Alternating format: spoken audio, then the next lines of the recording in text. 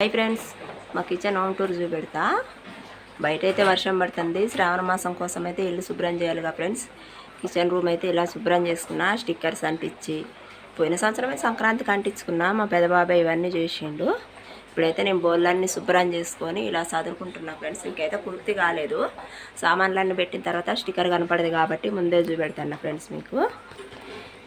ఇవన్నీ ఇవైతే ఈ సెల్ఫ్ అంతా చదువుకున్నా. ఇందులో ప్లేట్స్ అంటే ఏంటంటే పింగాన్ ప్లేట్స్లో అవన్నీ ఫైబర్ ప్లేట్స్ భోజనం చేయడానికి వారం రోజు గ్రీన్ ప్లేట్లు బాగుంటాయి కదా అని తీసుకున్నా. ఇవైతే ఇత్తడి సర్వల గింట అయితే వరలక్ష్మి వ్రతం సామాన్లు ప్రసాదం ఉండటానికి కోసమని ఇవి సపరేట్ తీసుకున్నా అమ్మవారి కోసమే. ఇదంతా కూడా సీట్ ఇంకా చదవలేదు ఫ్రెండ్స్.